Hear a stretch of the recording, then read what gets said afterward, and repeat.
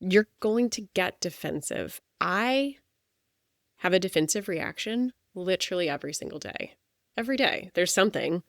The key for me is that I'm aware now, I notice it, and I'm able to much faster identify what is the story in my head? What am I telling myself here? Okay, how is this actually about my own insecurities? How is this rooted in my own self-acceptance gaps? And then I can recover that much faster from the defense mechanism to come back to a much more open and collaborative space. I'm Amy Woodall, and this is The Conscious Habit, a show from the PeopleForward Network. We're teaching you how to incorporate love and consciousness at work, at home, and the world at large. You just heard from Dr. Laura Gallaher. She is the founder of Gallaher Edge, and y'all, our work is so aligned in this world. We loved geeking out on this. Our passions are so similar. We both want to help leaders and their teams learn how to navigate challenges from the inside out, move beyond their defense mechanisms, aka the ego, be more authentic, lead with love. We were kind of giggling about how just aligned our philosophies and our passions are in the world. And I think, you know what, that really speaks to the fact that consciousness and wisdom is far greater than the individual mind. It is tapped into at a whole different level than just the individual mind can hold. So Gallaher Edge, Dr. Laura, she's got a background in organizational psychology and leadership coaching, and she and her team help individuals unlearn old patterns, recognize those defense mechanisms, develop deep self-awareness so that they can fuel authentic leadership and healthier company cultures. One of my favorite things we talked about in this episode is this convergence between self-acceptance and self-improvement. So many times high achievers and perfectionists think that those things are one and the same. And so there's this fear of fully loving and accepting themselves because they think that equals complacency. And I love that Dr. Laura shares, those are not one and the same. They are not mutually exclusive, that they are different journeys. While they're very complementary, one does not negate the other. So I would love to hear more from you after you hear this episode and what really stood out to you and where you think you are. I encourage you to go take the assessment that you're going to hear us talk about that she has available on her website. And yeah, stay tuned. Take a listen. Hey, Conscious Habit listeners. So our guest today, by the way, Cy Wakeman told me kind of previous of us recording with her on the podcast. She said maybe we shared a life together. Hey, maybe we were the same person in a former life.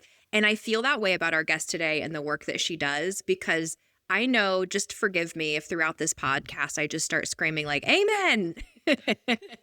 It's probably going to happen because our belief systems are so aligned in the work that we do in the world. We've got Dr. Laura Gallaher on the podcast today, and she's the founder of Gallaher Edge, and she is helping make the world more conscious, specifically cultures more conscious.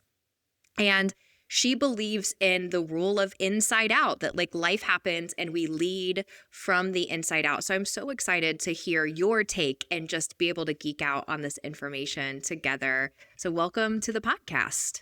Thank you for having me, Amy. And I am equally excited about geeking out, even just learning about the name of your show and everything. I was like, yes, this is my person.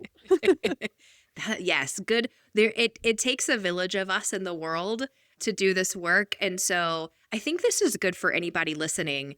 You're going to have other people who do what you do.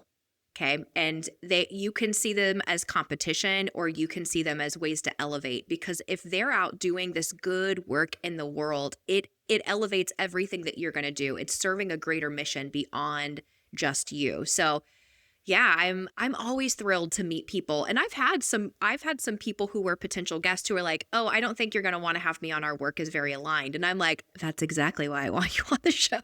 That's the point. Yes. Yeah, and I'm totally with you. And I believe that a rising tide raises all ships. And I think that, even the word conscious it's not as prevalent as I want it to be in our world. I want more people to have heard about it, and I want them to know what it is. like when I've used that language before, sometimes people look at me and they go, what does that mean though? And I'm very happy to tell them, but I am excited for the day when the majority of people that I speak to about this, I say it and they're like, ah, yes, and they get Yeah. it. No disclaimer. Well, that's why I think this is a great lead in. I ask every guest, what is your definition of consciousness? Because I do think that there are a lot of ways to look at it. And it is so misunderstood that it's interesting to kind of see what is our take. So when people say that to you, like, what does that even mean? How do you explain it to them? The simplest way that I like to break it down is around awareness. I think that that's the way that seems to resonate the most with people. I think that it can sound overly simple to call it awareness, but it's higher and higher levels of awareness and being able to recognize how much I can be in the seat of the observer and be higher and higher in my consciousness rather than being so wrapped up in, ego and all of the subconscious things that influence our behavior, which is like most of it. Right. We are driven hugely by our subconscious. And so the effort to work to become more conscious and bringing more consciousness into organizations is about having higher awareness, having less running on autopilot, less default, and more intentionality, more awareness. Love that. What's the metacognition, right? The seer that sees, the watcher who watches. Do you remember the time in your life when you were kind of aware of like, oh wow, my brain is thinking rather than I am my thoughts? Do you remember when that happened for you? I think that I've had a couple different big moments in my life that I didn't even necessarily put together as the same awareness for myself. But what stands out to me, what first popped up when you asked that question, Amy, was actually reading Michael Singer's book, The Untethered Soul. Yes. Same. Yeah. I'm telling you, we shared a life. Like that was 2017. I read The Untethered Soul and I've never seen the world the same again. Same. And I listened to it on Audible, and I've listened to it multiple times. And every time I listen to it, while I'm listening to it, like literally while I'm listening to it, and then the rest of that day, I feel different. Like I have elevated my awareness and I'm more in that observer seat because I've brought it back into my consciousness. And he does such a great job. It was amusing and like a little annoying and frustrating the very first time that I was reading the book because he's so like, no, but who are you? I was like, what do you mean? But that recognition of like, well, I guess I'm not my body. I guess I'm not my thoughts. I'm not just my name. I'm not just my profession. So wait, yeah, who am I? And it was a very heady way to begin to think about it. But then I could see how much more that was true. And then I started to bring so much more different language into how I would speak about my own experience, not over-identifying with it, not over-attaching with it. And so that's the first answer that stood out to me is reading that book, which was around the same time as what you said. Yeah, there was definitely an aha and I too listened to that book and then bought it. So I, like had the physical copy as well. But there was when they talked about the inner roommate, and I was like, oh my God, I was so hyper aware of like, there is this little voice inside and it talks nonstop. In the office I was working in at the time, we started lovingly referring to that voice as Jerry, like our roommate Jerry. And so but it really helps shine this light on like, yeah, there are these thoughts and most of them are nonsensical and they're not relevant for now and they're automatic. So for you, when you read that book, were you already doing this work in some capacity or did that lead you further into this work? What was that relationship to your aha and the work you do in the world? I was already doing this work, yeah. And so I was saying there were a couple different moments that stood out to me. And the other one that had come to mind is back in like 2014, I was doing some work with a mentor of mine named Judy Bell, genius woman, incredible intuition, incredibly deep knowledge of psychology and, impact of early life experiences on ongoing self-concept. And she had this whole concept of like the boardroom in your head.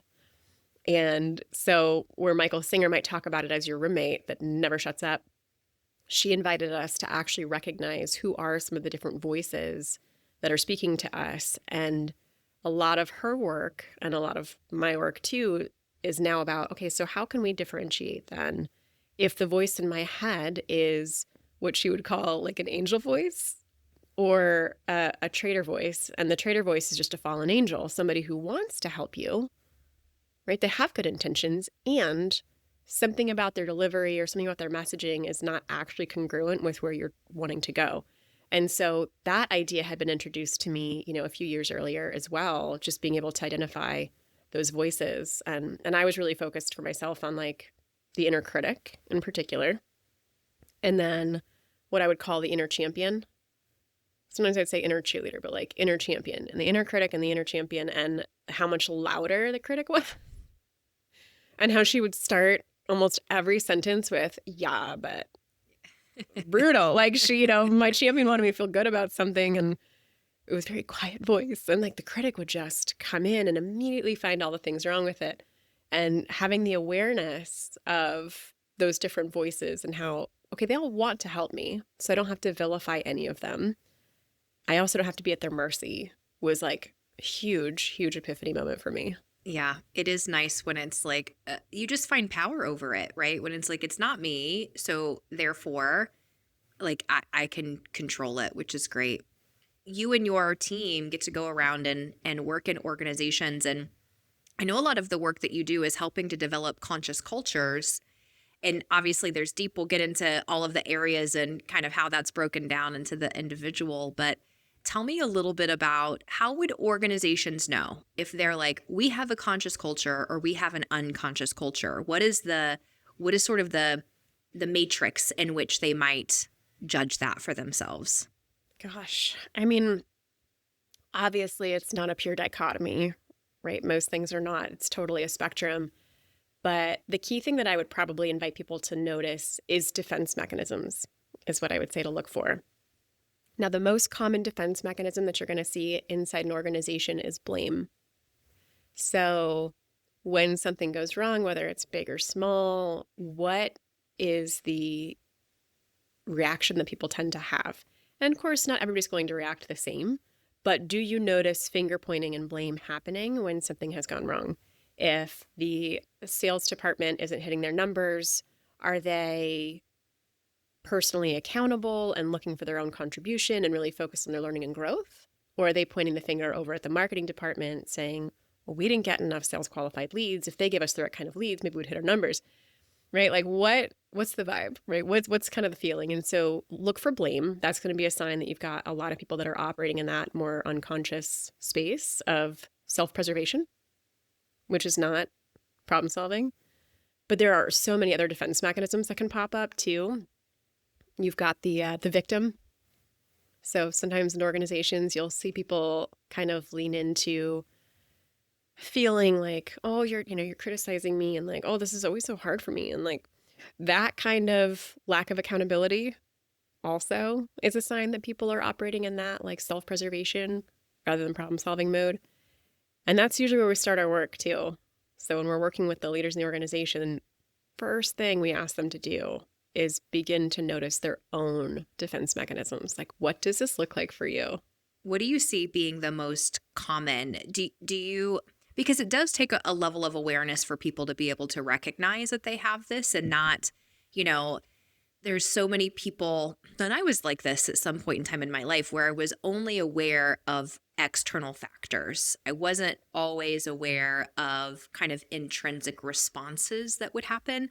But when you're having this conversation with leaders, is there a pattern that you see that tends to come up with many people, or what do they tend to self-discover? So one of the things that we do, we have this one-page survey called a Signs of Defensiveness survey. And it's been put together, after years of working with different participants who say, well, this is something that I tend to do when I'm feeling defensive.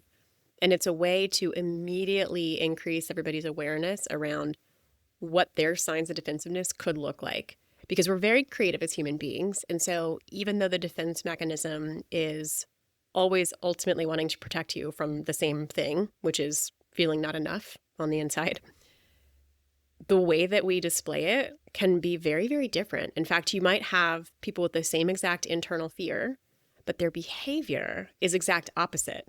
And that opposite behavior, they tend to kind of like feel pitted against each other because they look at that and they're like, well, who does that? But it's the same internal fear. We peel back the layers. It's like, oh, we're all actually really very, very similar. So as an example, I've mentioned blame. I've mentioned playing the victim. Sarcasm is really common. So people leaning into sarcasm, people using humor to deflect. It could just even be like inappropriate laughing, or giggling is one. One that surprises people a lot is being too nice. So being too nice, absolutely a defense mechanism, right? And it's this like fear of conflict that leads somebody to be too nice, give in, not hold boundaries for themselves. And you might not recognize that that's a defense mechanism right off the bat, but it is. Endless explaining and rationalizing is another one. This one for me, Amy, it took me a little while to really accept this about myself because that was definitely one of mine. I could be in a conversation with somebody and they would ask me a fairly simple, fairly innocuous question, which I literally could have answered with a yes or no. But there was something inside of me that was suddenly afraid that their question was like veiled criticism and that they weren't just looking for yes or no, that I had to explain myself. And so I would give this like mini dissertation of an answer to which they're kind of going like, okay, thanks. Like, just yes would have been fine. And so endless explaining or rationalizing is how it's phrased on the survey. And that was one for me that it took me some convincing actually to realize like, oh, like I was convinced, Amy. I was convinced. I'm like, but no, you needed the explanation. You were looking. And they're like, no, really not. So like, whoa, that's all my internal stuff. That's crazy. It is so wild how those internal fears paint the way that we see the world outside of us. Our eyes are just an extension of our brain. And so the way we interpret situations and the intention, like we're such good storytellers on behalf of other people. I know. That Oh, we yeah. like paint the story of intention and it's like, no, that's really just your insecurities you've superimposed on them. Totally. Every time, like one of our favorite phrases to share with people is, what bugs me about you is really about me. Mm-hmm. Yep. If you got it, you spot it. And that is part of it, right? Like I might see that in somebody else and I'm like, ooh, I do that too and I don't like that. And that's part of it. The other thing is that story piece you're talking about. It's like my brain is going to make up a story about why you're behaving the way that you're behaving, but it's not just making up a story. It's making it about me. Like I'm convinced that you're late meeting me for the movies because I'm not important enough to you. And I'm convinced that that guy over there keeps interrupting me in the meeting because he doesn't think that I'm very important. And I can just make that the story all the time because that's the story that I tell myself. But it hangs out in my subconscious, but I'm so convinced that these stories I'm telling myself are real and I want to blame the rest of the world and I'm convinced. And so like the defense mechanisms, like that is that we're operating that unconscious place. And so that's one of the biggest ways that we work to raise people's awareness. I think it's so great for leaders listening, and we've got a ton of leaders who really want to be conscious. That's why they subscribe to this podcast, to kind of do that self-assessment of just your organization and your leadership team. Of are there some of those defense mechanisms that Dr. Laura mentioned? Are they prevalent in our meetings that we're having? And where do they pop up? And if we tried to give each other feedback or accountability, or if there was any level of challenging, is this a disruptor? I think it's interesting to reflect on. For sure. And part of what we like to teach too, because I think so many of the people that we work with are high achievers who probably have perfectionist tendencies. And the goal of this work, as I see it, isn't to never become defensive. In fact, the defense mechanisms, it's not a flaw, it's actually a feature. The fact that we are working to protect, we have the psychological immune system, like everything about, I think, how we are here is, designed or evolved to keep us safe and to keep us going as a species. And so I also don't want people to vilify their own defense mechanisms. So we talk about it as a recovery model, not a perfection model. You're going to get defensive. I have a defensive reaction literally every single day. Every day. There's something.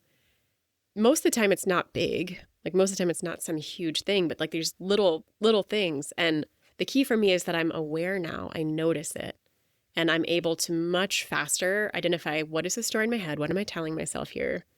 Okay, how is this actually about my own insecurities? How is this rooted in my own self-acceptance gaps? And then I can recover that much faster from the defense mechanism to come back to a much more open and collaborative space. So for leaders listening, I guarantee you, you not only see these defense mechanisms, but you yourself engage them. Please don't beat yourself up. I think that's the opposite of the point. Actually, you want to give yourself compassion in those moments. You want to give compassion to the person who's exhibiting the defense mechanism, if at all possible, which takes practice. But yeah, like give yourself some grace. Just be gentle. Slowing down, as you know, Amy, is huge in the process of shifting from the more unconscious state and those like automatic default reactions to a much more intentional, conscious reaction. It's, I think that when we can catch the judgments that we have about the world around us, if we can catch them, right? Because many of them are automatic. We do not know. They are deep rooted in our belief system. They kind of pass by quickly without any level of awareness or consciousness around them. But if you can catch those judgments and then, be able to self-reflect of like, oh, that's interesting. I just had that thought about him, or I had that thought about her. Where did that come from? What is, that can be such a special place for any of us who wish to be more conscious, because some of you may be listening to this and maybe you're like, I love this stuff, but I work for an organization that does not prioritize this and they will not invest in something like this. And then Dr. Laura and I would challenge you and be like, why do you work there if you're compromising your values? But okay, that's another conversation. Totally. I absolutely would. I would ask that question. Yeah. But I think that it is, what can you do? I think that's awareness. And then that reflection is such a cool place to start of, I do that all the time. The best place to practice it? Social media. You want your buttons pushed. You want to see how quickly you can feel frustrated and want to give people a piece of your mind. Read the comments. And the then comments. It's so true. On like the happiest little post, I can still look at comments and find, people in so much pain. Yes. And that's the thing, is when you can look at it with compassion and be like, ooh, I just see that they're missing love and acceptance for themselves. Because if they had it, they wouldn't feel the need, to take it from someone else. But it's a good place to practice some consciousness.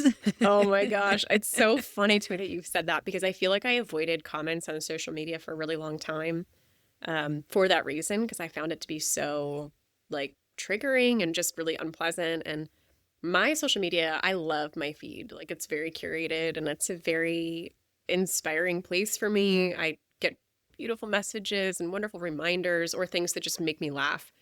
And with some of the like political things happening, I started to broaden my search just to avoid like echo chambers, and woo, man, so much.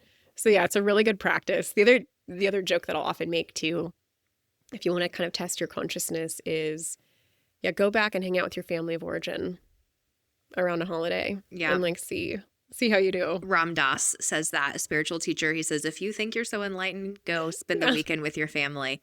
And well, it's such hardwired stuff, right? There's so much muscle memory that's hardwired and developed. And yeah, if we can catch ourselves between reaction and response, it is a good exercise. Yeah. Yeah. And the whole, you mentioned earlier, some people listening maybe don't work for an organization that would ever invest in this kind of work. And that's actually part of what's driven a little bit of it's not a full pivot because I still do a ton of work with organizations, but one of the decisions that I've made more recently is to move back into the space of working with just like the individuals themselves. Because some of the people that I work with in the organizational context don't want to be there. That's not that common, which is great. Most of them are actually really, really grateful. If not by, not on day 1, by day 3, they're like, whoa, this is crazy. This is really helpful and useful in changing my life. But I know that there are so many people out there that their companies won't invest in it. They think that it's touchy-feely, or I don't even know what label they might want to put on it, but they're so hungry for this kind of growth. And so like my whole focus on radical self-acceptance as a concept is really meant to reach those, like high achieving, like driven self-starters who don't have their organization's support in this, but are really looking to change their relationship with themselves. Find all those judgments that are popping up, not just for others, but for themselves, and do really deep work to transform that whole relationship, because it literally makes everything in your life easier when you have higher self-acceptance. Ladies, imagine taking time away to work on you. Meditation, yoga, transformational work, a chance to have grand adventures and build lasting relationships. Desiree Garcia and I founded High Vibe Tribe Retreats to create just that. And if you're curious about joining us on our next retreat, head over to highvibetriberetreat.com, link in the show notes. The root of everything comes from that relationship with self. And so whether you're doing this with individuals who can do is it self-driven coursework that they can do, or is there like group cohorts, or what's the way that you're bringing this to the world? Yeah, there's really two primary things at the moment. And so one of is the live workshop that I do. It's virtual, and it's over 5 weeks. And then there's also the self-paced one it's not out yet, but it's coming really soon. Okay. To be continued. Do you know the release date? Do you know when it's going to be launched? I think it's going to be Q3 at the latest of 2025. All right. So 2025, it'll be this year. When you're doing that work with people, do you go straight into sort of the where am I and where is my relationship with self, and then work from that lens to outside? Do you start with maybe problems, challenges, experiences people might have, and then kind of work it inward to where solution is? I'm just curious of the process.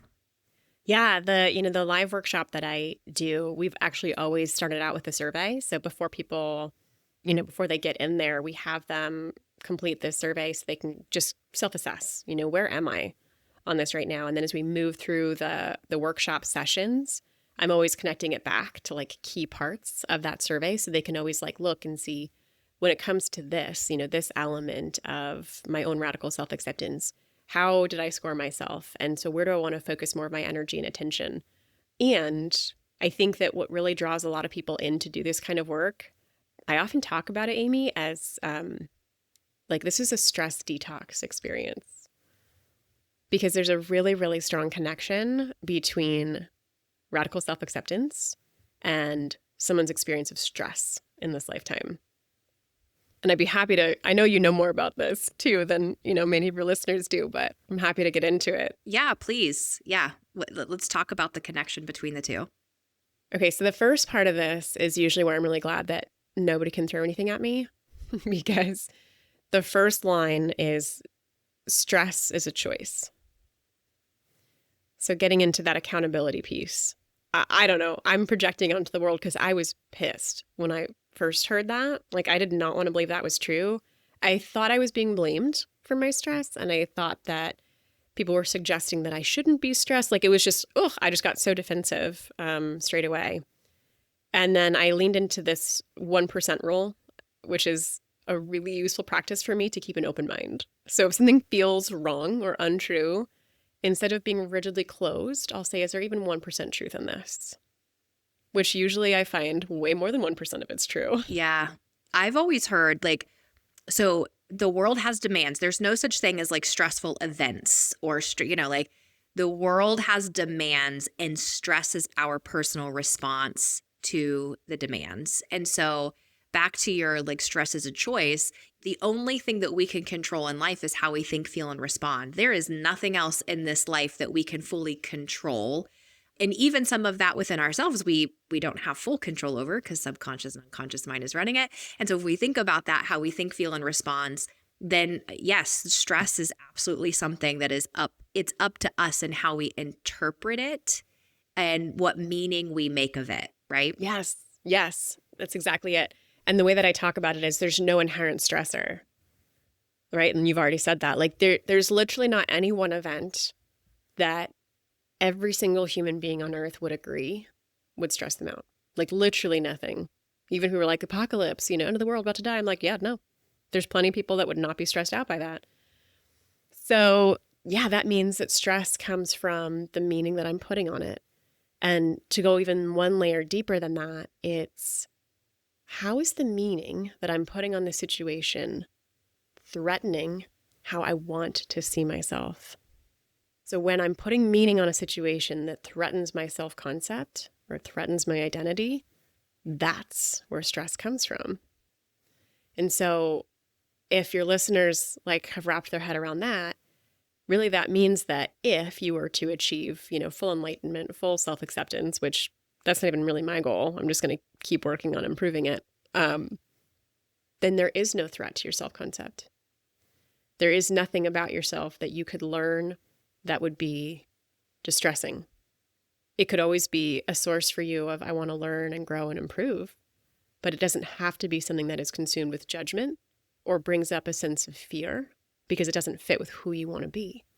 So there's actually a lot of self-acceptance includes having fluidity in your own self-concept, being fluid in your own identity, which is wild for people because we spend so much of our lives trying to actually get clear about what it is and kind of trying to make it something that's firm because it's a source of direction for us. Like, oh, if I know who I am, if I know what's important to me, then I'll know how to make all these decisions. And so, yeah, there's so many paradoxes, I think, in this space of growing self-awareness and higher consciousness that are so powerful when you can get in there and understand the nuances of it all. And it's really what almost everybody's searching for, because if we polled the world, and especially the world is very polarizing right now, it is very politically polarizing. There is a lot of stuff happening very quickly. And no matter what side of the aisle or your belief system, if we polled the world and said, what do you want? What do you want? What do you want to feel? People would say, I want to feel loved, safe, healthy. It would be the same thing. So we all want the same greater good. We have personal preferences for how to get there. And if we are so focused purely, on our personal preference for the world around us, we create more challenges. We get more disconnected from what we really want within. So I think it's interesting to consider that what we all want is exactly the same. Our behavior that blocks that and makes others responsible for that is different and interesting, and it can create a whole lot of chaos. My own personal belief system is we are good and we are whole. There's nothing you need to learn. There's nothing you need to get to. It is an unlearning. There's all of these rules that we've kind of have hardwired within us, or belief systems, or I have to be this. There's a lot of have tos. And so I'm sure a lot of the work that you're doing is the work of unlearning. It's not creating something that's not already there. It's just getting to the heart of it that's been covered up with a lot of bullshit belief systems and actions.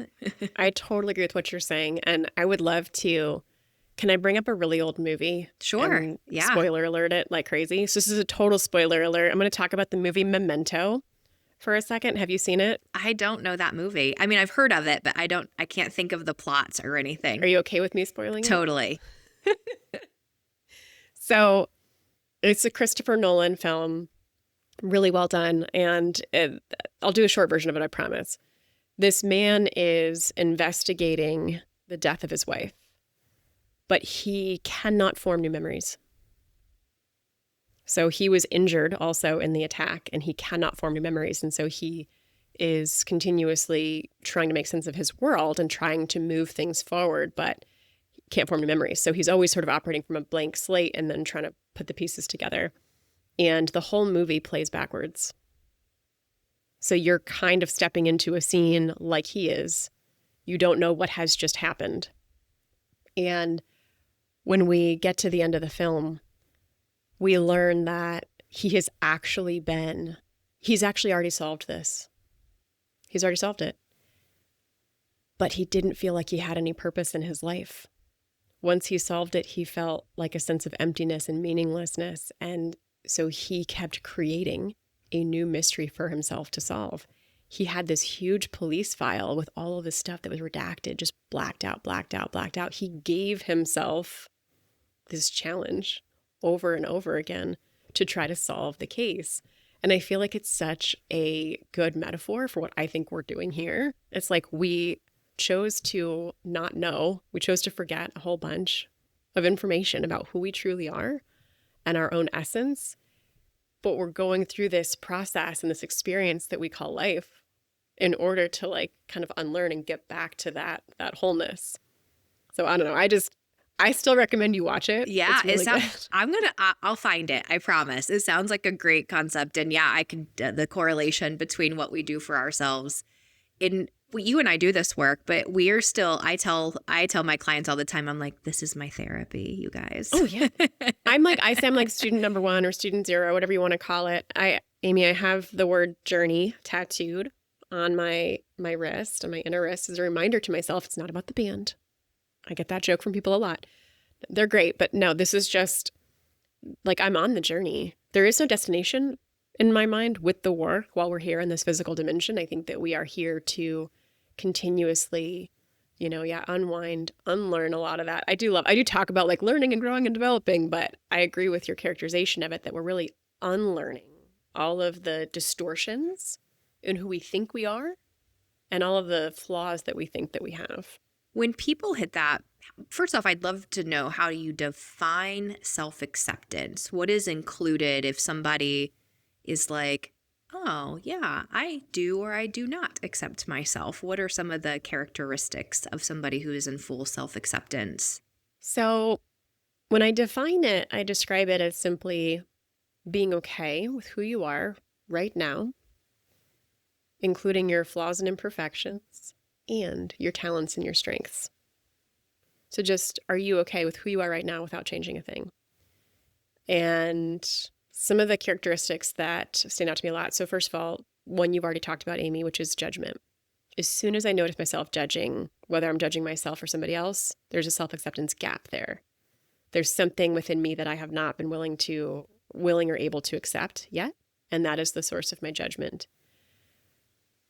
Not being willing to celebrate. So accomplishing things, but very quickly minimizing it or focusing immediately on the problems or what went wrong or why it wasn't enough. I also focus on this idea of like moving milestones. Oh yeah. We hit that. Yay. 5 seconds. Kick the can down the line. I know. Like because I find like people will set this bar for themselves, which is really high. And it probably takes them longer to hit it than they want. And they're beating themselves up for that. It's a self-acceptance gap. And then they often they haven't even quite hit it yet before it moves. I did this to myself over and over again. I had this piece of art that I thought was just gorgeous and like extravagant. And I just loved it. I was like, man, one day I would love to own this art. And I kept setting a goal for myself. When I hit this goal, I'm going to reward myself by buying this art. And I moved that goal on myself like at least 5 times. And it took kind of the perfect storm of variables to align for me to actually finally buy it for myself a couple of years ago. But I think that a lot of people who have difficulty with self-acceptance are moving that bar, and that's part of why they struggle to celebrate. If you struggle to accept praise or compliments, it feels really uncomfortable, or you're like, oh, I don't want to, or you immediately feel like you have to return the compliment, or you want to deflect and like make it go away. These are all signs that you have a self-acceptance gap. And then the biggest one that I think impacts people's lives the most is relationships. So those defense mechanisms that I talked about. So that triggered state that happens for all of us, like that getting dysregulated in communication and relationship with somebody else. There's something about the dynamic that is triggering an insecurity for you. So there's something within you that you have not yet accepted. And that painful inner reaction is what causes the triggered reaction, which is usually really ineffective from a conflict resolution perspective. Things spiral, it goes really south. So those are a few things. And I also invite people to look at self-acceptance as something that can fluctuate depending on what's going on in your life, the time, who you're with. Like that's how most people experience it. And what if your self-acceptance wasn't at the whim of what's happening externally? What if it wasn't at the whim of who you're talking to? Like we all kind of know that feeling when you're with somebody and you just feel like comfortable and at peace and it's easy to be vulnerable. You don't feel like you have to hide any part of yourself. I hope everybody has had that experience in their lifetime. And we also know that experience of somebody else where it's like, yeah, I don't know if I really want them to know these things about me. I'm afraid that they're going to judge me. I think that they're going to put me down or make fun of me or use this against me later. And so that feeling of like, I have higher self-acceptance with this person. I have lower self-acceptance with this person. What if you felt more in control of that all the time? Just you. And around anybody, you can feel that sense of calm and peace and acceptance of who you are right now. I think it's such a gift for people to give to themselves, but also the ripple effect of the world. There were a group of researchers and who, you may know this study, that they studied the electromagnetic output of various emotions. So they brought a group of people together, holding various emotions, measuring what really what's the vibration of the room become. And they expected love to be the highest output, because many of us do, right? We're like, hey, love is pretty good. And like all the good things come from that. But they were really blown away when they asked the people in the room to hold a vibration of authenticity, of like just fully being yourself and fully aligned with yourself, which requires self-acceptance in order to be you. And that it outpaced love. It went beyond the vibration of love. And listen, all things are energy, it's not woo-woo, it's science, and all things are energy. And nothing is, energy cannot be created or destroyed, but is transformed. And that's pretty powerful. If we can be aligned with our own authenticity, think about the energy you bring to the room, to the day, to the people you work around as a leader, how that impacts the ideas and the things that you move forward. It's a grand ripple effect. And you're going to feel better inside your own body, which is pretty damn good, because you're stuck in that body forever until death do you part. So I love that you're helping people do this. And I would imagine that's the ripple effect of good that you see too, is that, at the core, like I said, I love how aligned our work is. Like the conscious habit, our tagline is the root of result begins within.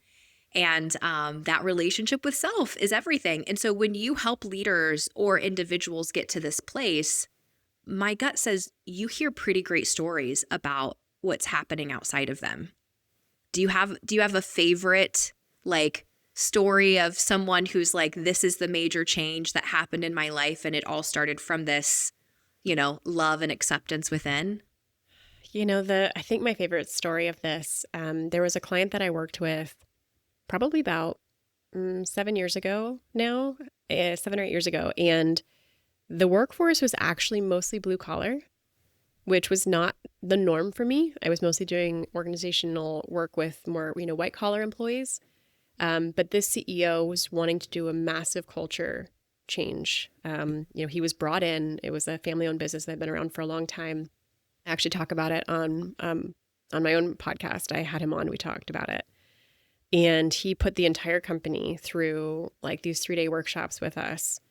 And my favorite story to emerge from that was how many of those employees came and shared like tearful gratitude with him as the CEO, because it was transforming their lives at home.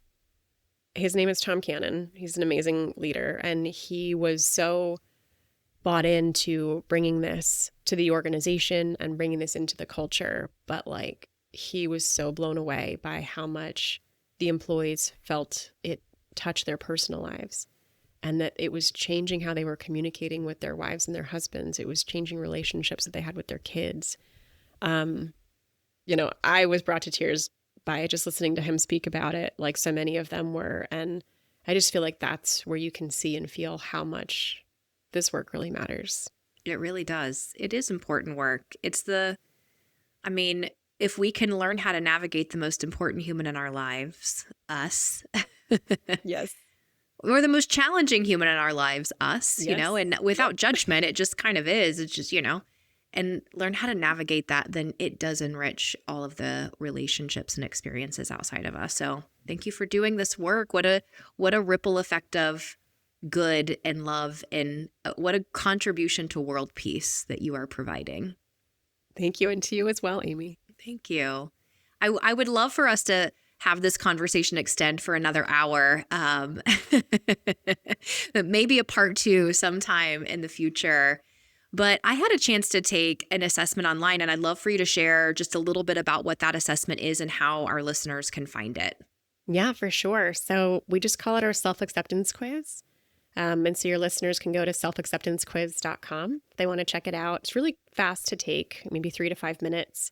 And you'll get a report pretty immediately that's going to reflect back, hey, in this moment in time, based on how you answered these items, this is where you are in this 2x2.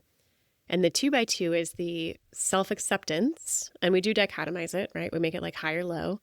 But we also then look at self-improvement. And we didn't talk too much about that today, but a lot of people are afraid that accepting yourself means that you're not going to have any more growth or improvement. And that is like the primary hurdle that I have to work with self-achievers on for them to overcome. So they even want to practice self-acceptance. But self-acceptance and self-improvement coexist. Like they are not opposite ends of the continuum. Remember, the opposite of self-acceptance is self-judgment, not self-improvement. So you can focus on growing and improving through a self-judging lens, or you can do it through a self-accepting lens. And research is actually pretty clear that you're going to learn and grow faster when you focus on improving through a self-accepting lens. And so if your listeners choose to take the quiz, then they're going to get their results and then some coaching emails as like a follow-on, so that if they want to learn, how can they work to grow their self-acceptance while still having that high self-improvement, they'll learn more about how to do that. Awesome. Well, I really hope our listeners go check that out. And I know that we have a shit ton of high achievers that listen to this, including you and I, who are hardwired, high achievers. And I think that that is the hurdle, for sure. The hurdle of high achievers is they're tired of the constant chase, but then they're terrified of who they'll be if they stop. And so I love your, like self-acceptance and, self-improvement they're not opposites. I love that. I think many people need to hear that and remind themselves of that. It's really great. So thank you so much for spending time with us. Anywhere else that our listeners can find you? Yeah, I'm on LinkedIn quite a bit. I love to post. I post probably almost every day. And if anybody has questions for me, things that I didn't get into, or you want to learn more, just please tell me that you heard me here on Amy's show, and I will happily connect with you and answer anything that comes up. Awesome. Thank you so much. I have a big, long page of notes from our conversation together, and I just thoroughly enjoyed our chat. So thank you so much, Dr. Laura. Thank you, Amy, for having me.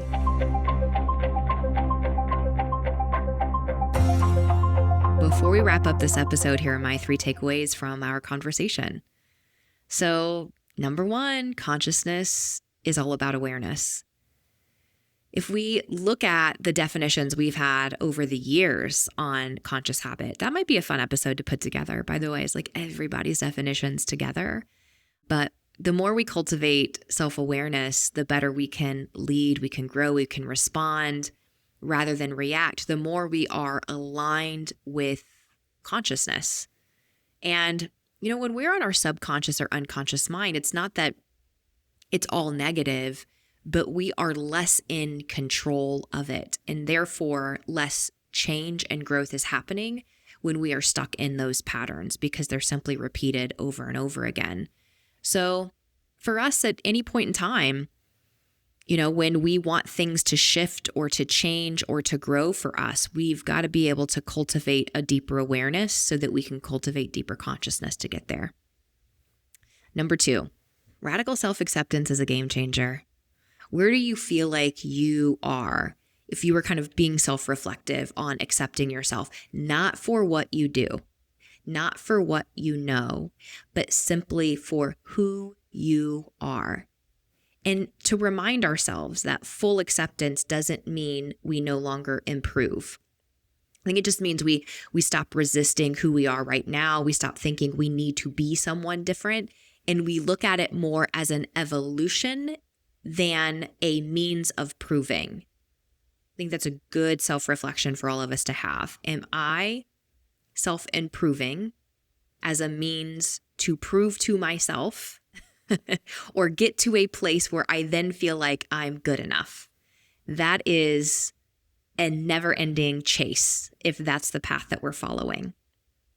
And number 3, stress isn't something that just happens to us. It is a response to what's happening to us. That was another place that we were incredibly aligned, right? Is like stress is our response to the demands around us. So the meaning that we assign to those situations, they really determine how we experience them. Is this a good experience or a negative experience? It all starts in the interpretation of the mind. And if we can recognize that, going back to number 1, if we can have a deeper consciousness about that.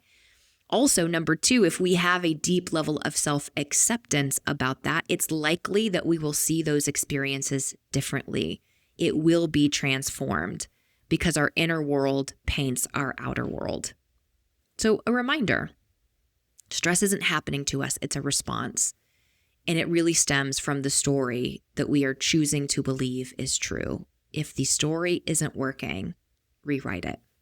Of course, we always invite you to share these episodes with somebody that you love if it feels like it resonates with you. Maybe it's a colleague, maybe it's a friend, maybe it's somebody else on your team. But if you think they can get something from it, we encourage you to share the love. Together, we can really create a conscious movement. And man, does it take a collective.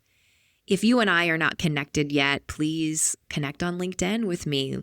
I would love for us to keep the conversation going there. And reach out and find Dr. Laura Gallaher on LinkedIn as well. You can follow all of the great things that she and her team are doing. Thanks for listening to the Conscious Habit Podcast. If you dug this episode, we'd love it if you would subscribe, rate, and review this podcast. And if you're into this consciousness thing, if you like this conversation and you want to meet more like-minded people, head on over to Facebook and join the Conscious Habit community. Until next time, do the world a favor and go love yourself.